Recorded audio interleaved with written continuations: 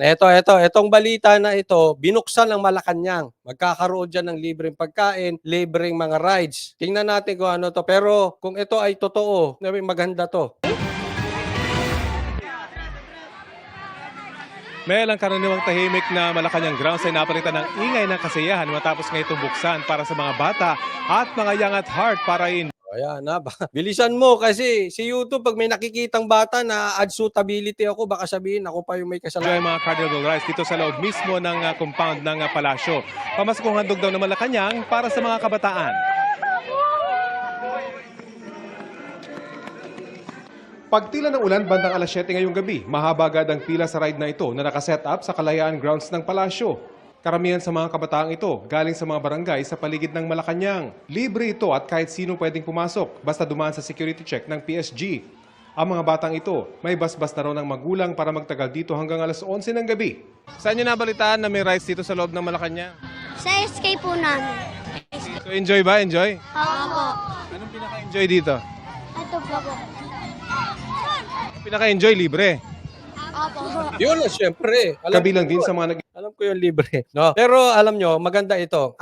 Ngayon man lang, masubukan ng mga kababayan natin na wala masyadong kakayanan para magsaya ngayong Pasko. Again, ulitin ko, bagamat ako ay hindi agree sa Band-Aid solution, panandalian man lang, hayaan natin mag-enjoy yung mga kabataan. Kaya nga sabi ko, kung merong libreng rides, thank you. Kung may libreng pagkain, thank you. Kasi alam ko yung lugar na yan, toxic. Kasi po ako ay nag-graduate ako ng college sa San Beda. Kaya yan pong lugar namin. So, yung lugar na yan ay napaka-toxic. Diyan madalas mag-rally ang mga kolokoy. Ang daming rally. Weekly po, nasusubok namin ng traffic diyan. Madalang na po na twice a month mag-rally diyan. Halos nga every week may rally diyan sa area ng Malacanang area. Katabi lang po ng San Beda kasi yung Malacanang. Speaking of San Beda, congratulations nga pala for winning the 23rd basketball championship. 23rd, the winningest basketball team.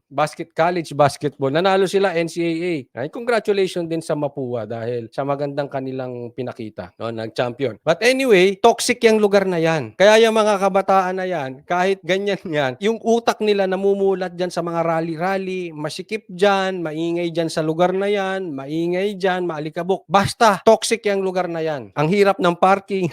At pati parking nasali. Wala naman parking. Pero alam nyo ibig ko sabihin na pag ganun ka nakamulat, diyan ka lumaki. At araw-araw nakikita mo rally.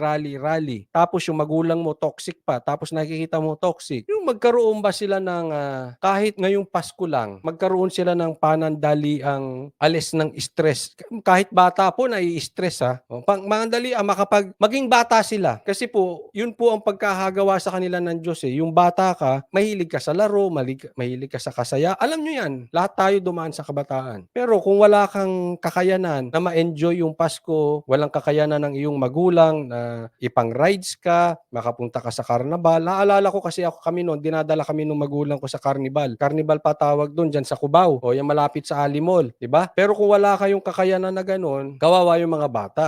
Nakukurta yung utak. So, sa stress, sa toxic na lugar mo sila palalakihin, tapos wala silang release, hindi nila ma-express yung kanilang pagkabataan, mahirap. So, okay na din to.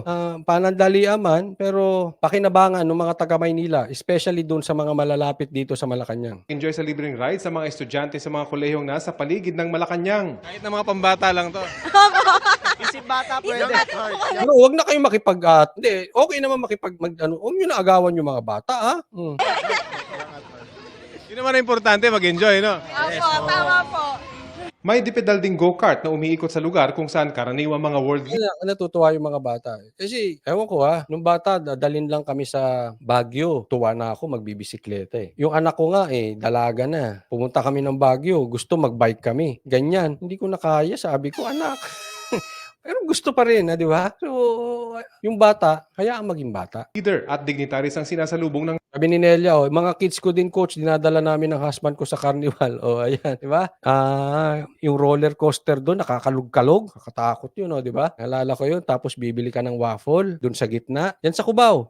Alam niyo yun. Masaya ding alalahanin. Kaya nakakaawa yung wala namang kasalanan yung mga bata kung bakit pinanganak sila sa ganyang toxic na lugar. Toxic yung area na yan. Medyo maingay. Kung wala kang kakayanan na naka-aircon yung bahay mo, toxic na walang kakayanan yung parents mo, di ba? Pangulo, may basketball pa at claw games kung saan pati mga PSG enjoy sa pagtuturo sa mga bata kung paano makakuha ng premyo. Ayon sa Social Secretary's Office, sapat ang seguridad kahit na bukas ang 2 gate ng palasyo na katapat ng Kalayaan Grounds.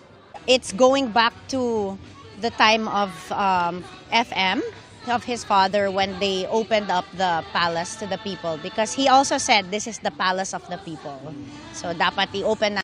Okay yun. This is, yung Malacanang daw, this is the palace of the people. Kasi meron atang influencer o artista na nagbanggit na babalik na sila sa palasyo nila. Yan ang damang statement, palace of the people. Parang ang nagbanggit nun si yung natanggal na yung asawa niyang secretary.